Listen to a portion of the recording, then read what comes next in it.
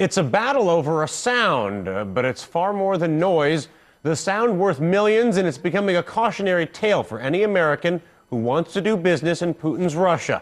NBC's Preston Mendenhall on The Money tonight in Russia.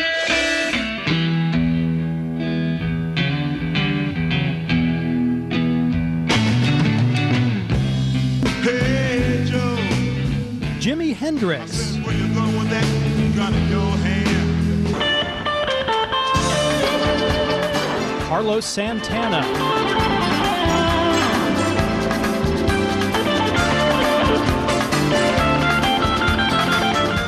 Legends of the guitar known for their unique, mesmerizing sound.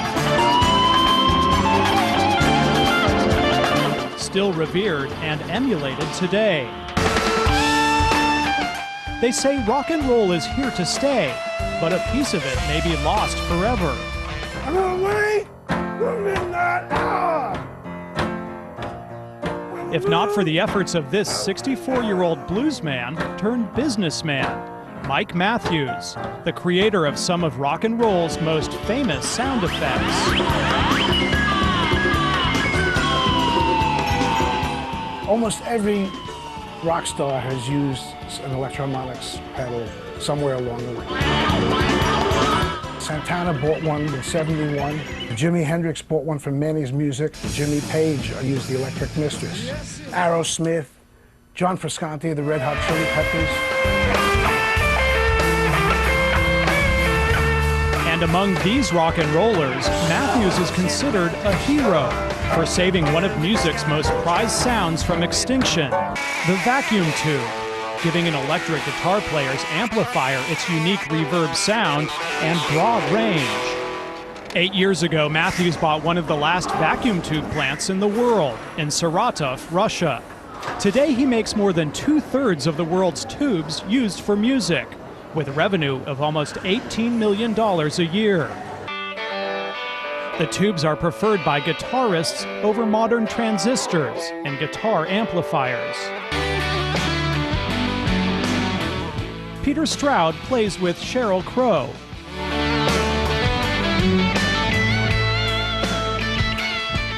They're the heart and soul of the guitar amplifier. You have to have tubes.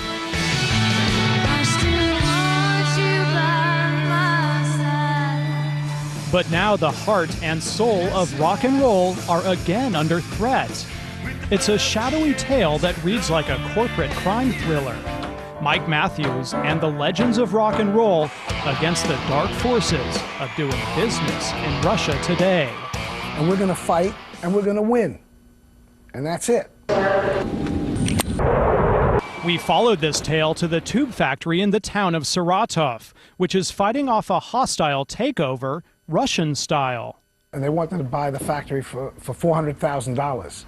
But our turnover per month is more than that. And that's less than what I invested when I bought the factory. So I wrote them a polite letter, no. That's when the trouble really started. An American businessman vowing to protect his workers and his factory, going up against what he calls mob-like forces that rule by intimidation, often with a wink and nod from politicians. They've used jackhammers to stir up dust in the facility. They shut down the elevator where we removed the toxic waste. They illegally turned off the electricity. The factory is a rare success story in this provincial town. This vintage technology keeps almost 1,000 people employed, and production is increasing, while other tube factories have closed down. Workers praise their American boss for keeping a dying industry and their jobs alive. We know Mike will fight for us. He will help us. But the outcome of this rocky tale is far from certain. The plant's director says corrupt government officials often take bribes to clear the way for illegal takeovers. And little is known about the company allegedly targeting the tube factory. When we try to get an interview, security guards throw us out. And after promising several times to meet us, no representative even shows up. Now these racketeers are going to face the music. From his headquarters in New York, Matthews is rallying his music industry friends. Longtime clients like guitar and amp giants Fender, Peavey, and Korg have written to the Russian government. And even Russian rockers like heavy metal band Aria are making the message loud and clear. I think it would be a really big loss for the whole music industry. They picked a fight with the wrong group.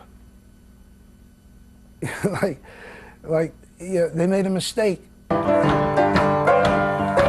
For Mike Matthews, the battle lines are drawn so that rock and roll and its famous sounds will never die. Out those racketeers! On the money, Preston Mendenhall, NBC News, Saratov, Russia.